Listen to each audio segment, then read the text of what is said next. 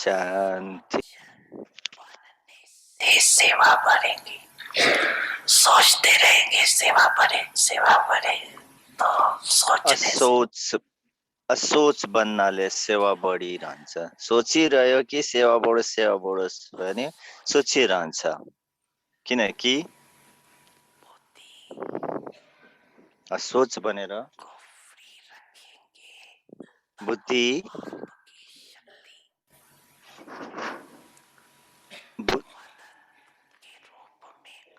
बुद्धिलाई free राख्यो भने तब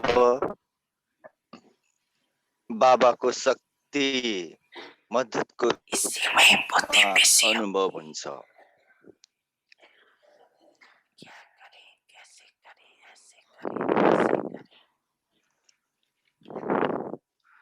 यसैमा बुद्धि बिजी हुन्छ, व्यस्त रहन्छ। के गरौँ, कसरी गरौँ, यस्तो गरौँ उस्तो गरौँ भने बाबाको टचिङको शक्ति ग्रहण गर्न सक्दैन। यसो गर उसो गर यस्तो सोचिरह्यो भने बस बाबा र म कम्बाइन एकदम जोडिएको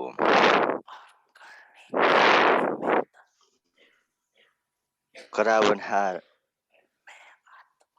र गर्नेवाला निमित्त र म आत्मा हुँ। यसलाई भनिन्छ असोच अर्थात एकको याद।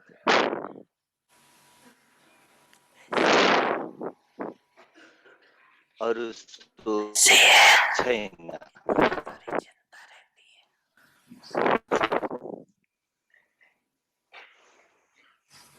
यस्तो हुनुहुन्छ यहाँहरू कि थोरै थोरै चलिरहन्छ।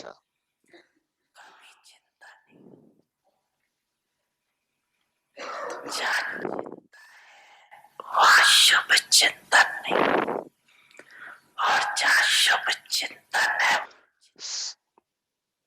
शुभ चिन्तनमा रहनेवालालाई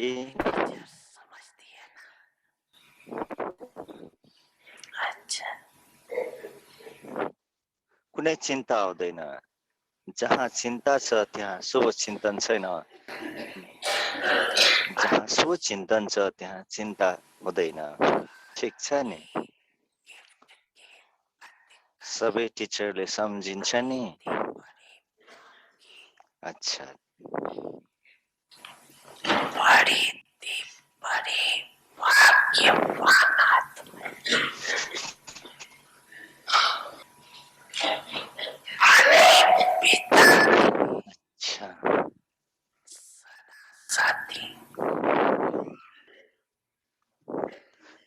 ईश्वरीय उपहार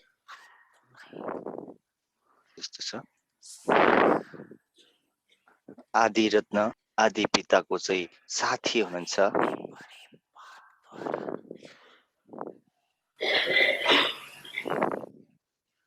सदा ठुलो भन्दा ठुलो बाबाद्वारा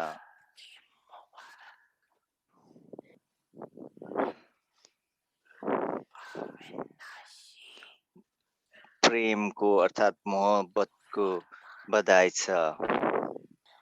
अविनाशी वरदान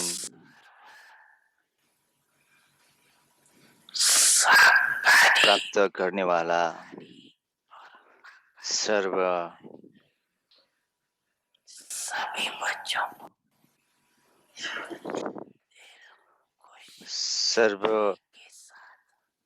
साकारी र आकारी रूपधारी सबै बच्चाहरूलाई दिल खुस मिठाईको साथमा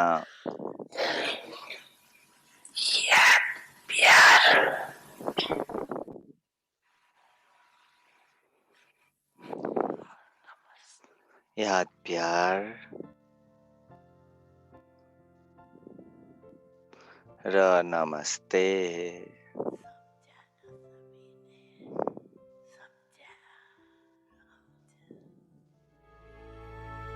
सम्झ्यो नि सबैजनाले सम्झ्यो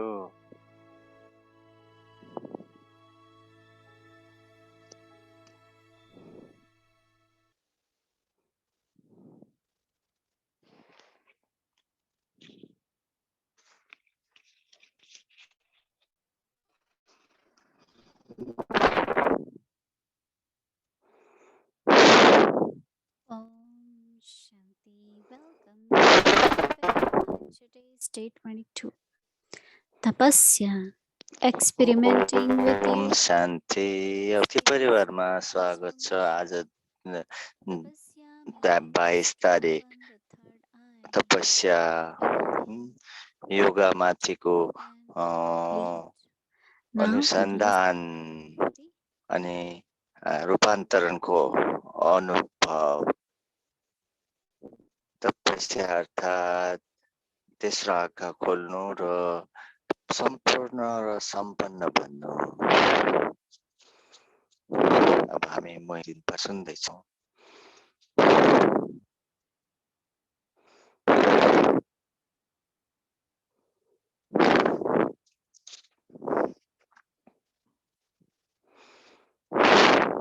Om Shanti, everyone. ओम शान्ति सबैजनालाई। सबैजनामा सन्तुष्टि नै थियो, खुसी परिपूर्ण सन्तुष्टि। If we are able to do that, then there is contentment. I want intellect to be fully concentrated on Baba. लक्ष्य दिनभरिको लागि जसुकै विशेषता पाउन मन छ यति त्यो हुँदछ।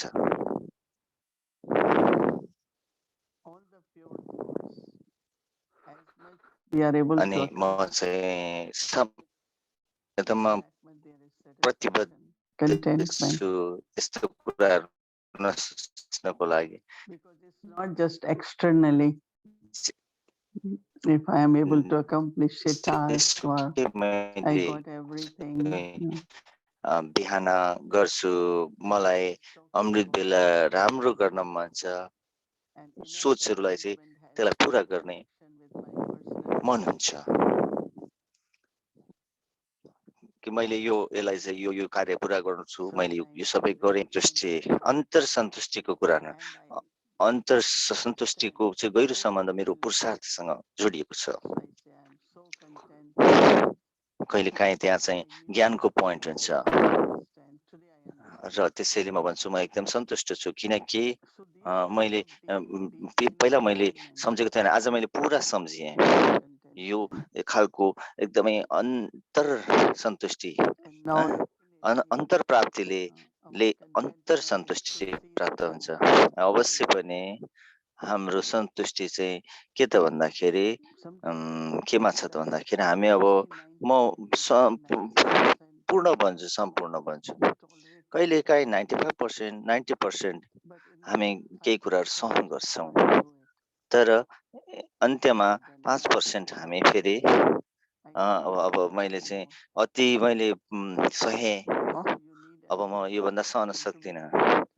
अब त्यसैले यहाँहरूले अर्को 5% चाहिँ सहने शक्ति ल्याउनुपर्छ। कुनै पनि गुण, कुनै पनि शक्ति यदि पुरा छैन, यदि भरपुर छैन भने, पर्याप्त छैन भने, मसँग धेरै धैर्यता थियो र अब छैन।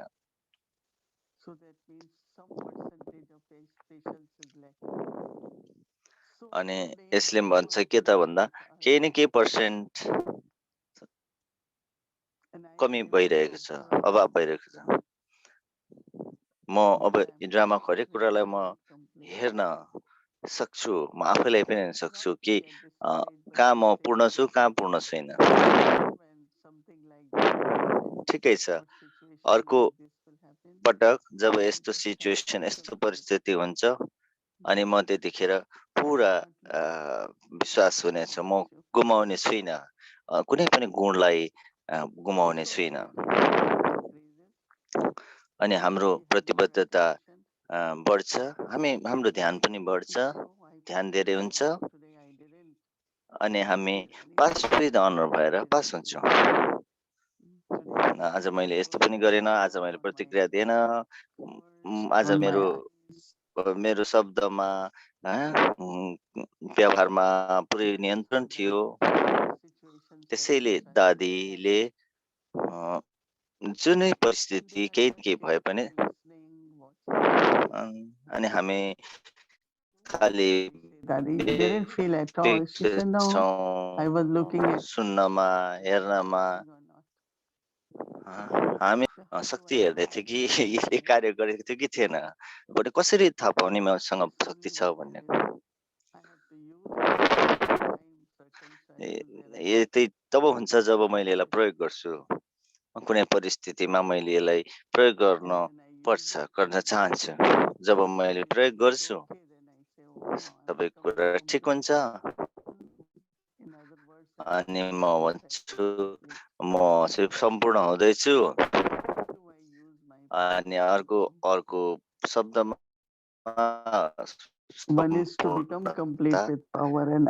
पूर्ण हुँदैछु त्यसरी मैले मेरो शक्ति आत्मामा लगाउँछु एउटा चाहिँ शक्तिले भरिपूर्ण हुने अर्को चाहिँ कसरी हेर्ने कि कुन चाहिँ शक्ति आवश्यक छ जरुरी छ त्यहाँ निश्चित परिस्थितिहरू हुन्छ जहाँ चाहिँ चाहिन्छ त्यो सामना गर्न अनि केही निश्चित परिस्थिति हुन्छ जसमा चाहिँ कुनै पनि शक्तिलाई चाहिँ आफूमा समाहित गर्नुपर्ने हुन्छ कसरी र किन कसरी कसकी यसले पूर्ण एकदमै साक्षी द्रष्टा हुने हरेक कुरा 2 मिनेटको लागि आउँछ तर टरेर जान्छ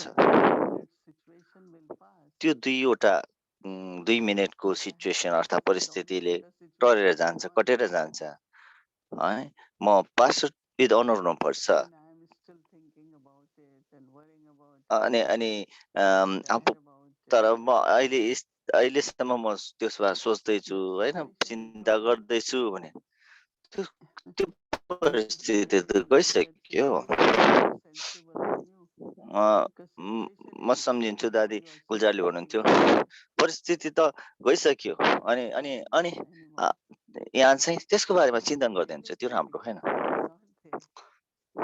साँच्चै नै त्यो परिस्थिति अब त छैन त्यो हुँदैन गइसकेको हुन्छ जब आफ्नो स्थिति पूर्ण छ भने त्यतिखेर सामना गर्न सक्छौँ यहाँ चाहिँ एकदमै साक्षी द्रष्टा हुन सक्नुहुन्छ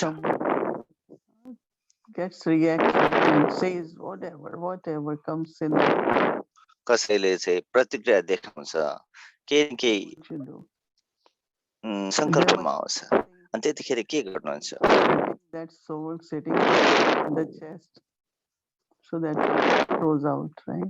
त्यहाँ केही न केही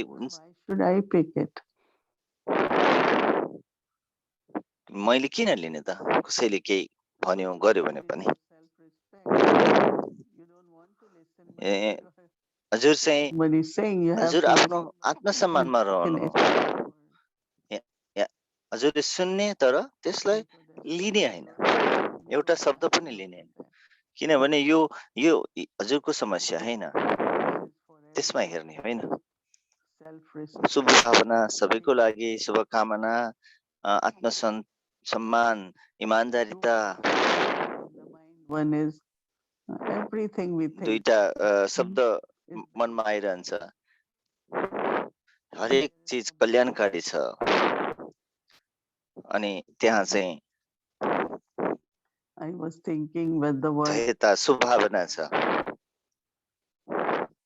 अनि करुणा, कल्याण र करुणा भन्ने शब्दलाई मैले सुनिरहेको छु। कल्याण आत्माको लागि, कम्प्यासन अर्थात् करुणा दिलदेखि। Heart also is not a kind of attachment, but in that compassionate heart, so benevolent, bringing benefit. करुणामय दिल चाहिँ के त भन्दा to Babaji Agya. So complete means 100%. Perfect means पूर्ण मतलब 100%। अनि कसरी मैले त्यो शक्तिहरूलाई प्रयोग गर्ने, चाहे त्यो पुरा समाहित हुने होस्,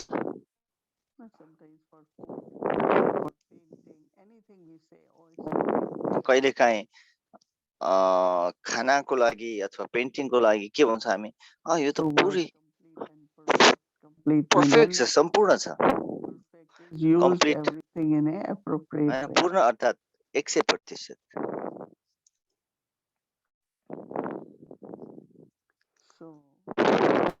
त्यसैले हामीले हाम्रो लागि आज हामीले गृह कार्य लिनुपर्छ अनि हेर्नु छ कि मेरो सम्पूर्ण र सम्पूर्ण स्थिति कि मेरो तेस्रो आँखा पुरा खुलेको छ। यसलाई दुई तरिकामा प्रयोग गर्न सकिन्छ। जस्तो पुरुषार्थ भोलि हामीले गर्छौं, एकदम ध्यान दिने कि मैले आफ्नो तेस्रो आँखालाई हेर्न सक्छु, मेरो अनि सम्पूर्ण स्थिति। ओम शान्ति।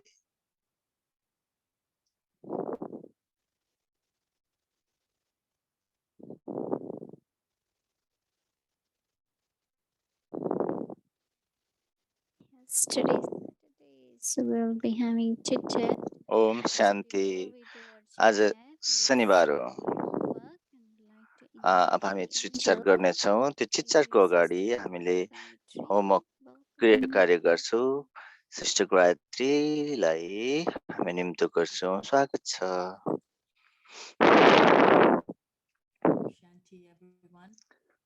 सबैजनालाई ओम शान्ति।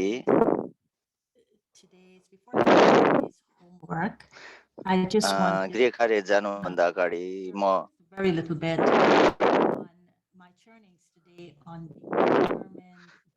मेरो आजको मनन चिन्तन मनन प्रतिबद्ध धारणा कहिलेकाहीँ यो प्रत्यक्ष बाबाको मुरलीबाट आउँछ।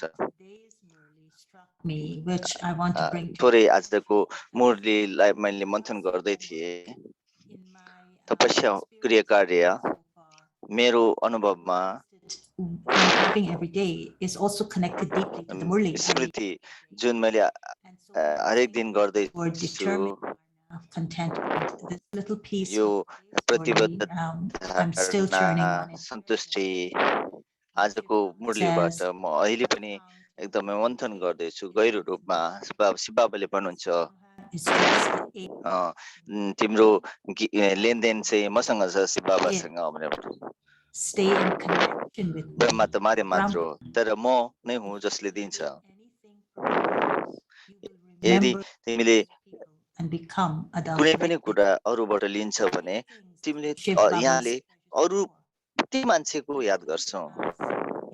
शिव बाबाको खजानबाट लिनु र शिव बाबालाई नै याद गर्नु, कसैबाट पनि नलिनु। नत्र भने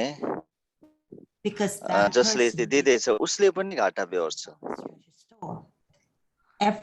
किनभने त्यो मान्छेले शिव बाबाको खजानामा दिँदैन, शिव बाबाको खजानामा सबै कुरा दिनुपर्छ। Your connection is now directly with Shiv Baba.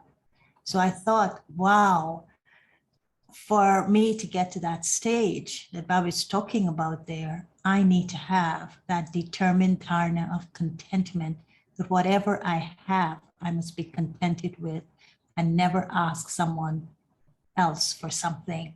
And that's not because of ego, actually, it's because of a sanskara of egolessness, of humility, and connected to one Shiv Baba. So I would say, reread today's Murli and connect it to that determined dharana of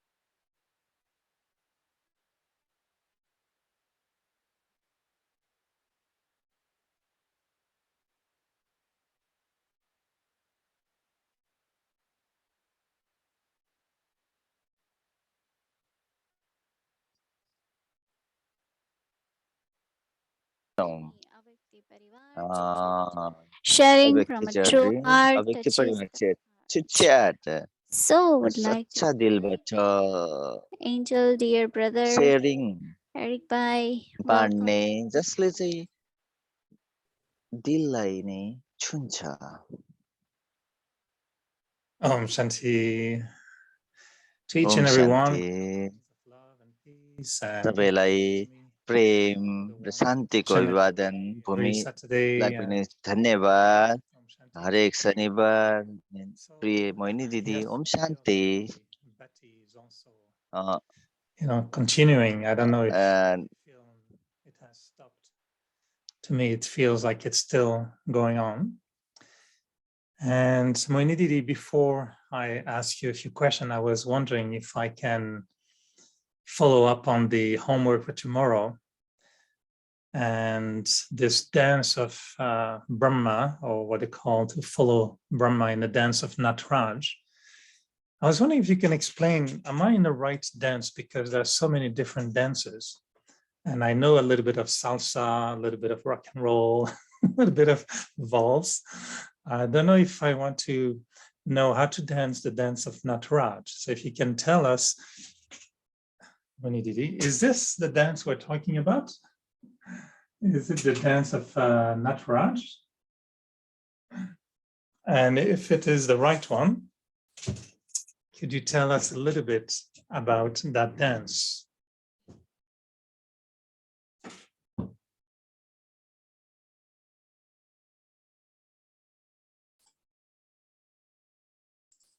So I'm invoking Sister Mohini. Maybe you're getting ready with your dress to dance the dance of Nataraj. Maybe it takes a special dress, so that's why it's taking time. So good evening, Didi. I don't know if Sister Gayatri is around. She can tell a little bit about dance of Nataraj. But is it that dance? That's what it is shown in Path of Bhakti. Yeah, Right. that is the Shankar dancing. But do you know what's the meaning of? I mean, I've loved this picture always, and I was told different stories about why is Nataraj dancing on a little baby. Do you remember that story? Why he's dancing on a little baby here? Maybe Gayatri can tell us. Is that the dance you want me to dance tomorrow, Gayatri? Yes, I do. Yes. And I think that you can do it because there is a circle around him, which is a circle of fire. So at the time Shiva did the dance of creation, the world was on fire. So the significance is that when your third eye opens, you see, this is the point of the dance.